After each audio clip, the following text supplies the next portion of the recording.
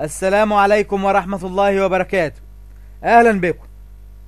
إن شاء الله هذه الحلقة هتكون بعنوان من كتب سفر الملوك.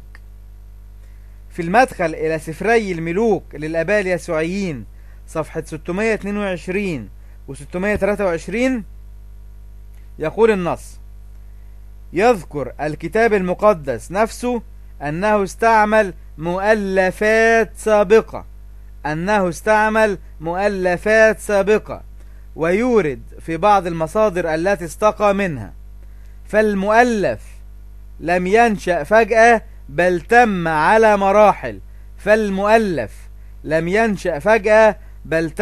مراحل، فقد استعمل الكاتب في عمله مصادر أخرى أيضا، فيبدو مثلا أنه اطلع على محفوظات جاءته من الهيكل. وبأية نسبة كانت هذه المعلومات نصوصا سبق تأليفها أم صدرت عن تقاليد شفهية؟ هذا أمر صعب تحديده. وكيف جمعت هذه العناصر المختلفة في مجموعة واحدة؟ هذه مشكلة من أعوص مشاكل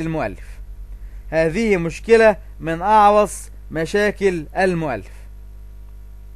يبقى هذا النص بيقول أن المؤلف استعمل مؤلفات سابقة، يعني عمال ينقل من غير وحي ولا إلهام. يبقى المؤلف كان بيستعمل مؤلفات سابقة. يبقى أي حد يقول أن هذا الكتاب كتب بوحي من الإلهام أو وحي من الروح القدس، يبقى نقول له على طول أن علماء المسيحية بتقول لا كان في وحي ولا كان في إلهام.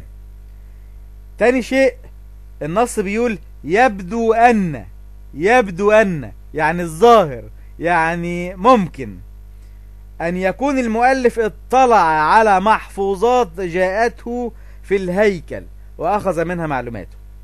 كل الكلام استنتاجات. يبدو أن. ثالث شيء، يقول المدخل إلى الآباء اليسوعيين صفحة 622 أن الأمر صعب جدا لتحديد أن المؤلف أخذ من مؤلفات سابقة أم أخذ هذا الكلام شفهيا. يعني المؤلف ممكن يكون اطلع على مؤلفات ونقل منها، أو يكون سمع الكلام دوت خد هذا الكلام كلام شفهي. هذا أمر صعب تحديده كما يقول علماء المسيحية. أيضا يقول النص إن من أعوص المشاكل التي واجهت المؤلف هو كيفية جمع هذه العناصر المختلفة في مجموعة واحدة. يعني في أسفار الملوك الأول والثاني معلومات كتير مختلفة ومتباينة، ومع ذلك وضعت في مصنف واحد. يبقى بعد كل الكلام ده وكل هذا الطرح، من الغريب بصراحة ان احنا نجد نصراني يقول ان هذا الكلام كلام من عند الله، وان هذا الكلام كلام كتب بوحي من الإلهام أو وحي من الروح القدس. بهذا الأمر إن شاء الله نكون انتهينا من هذا الطرح. حياكم الله، والسلام عليكم ورحمة الله وبركاته.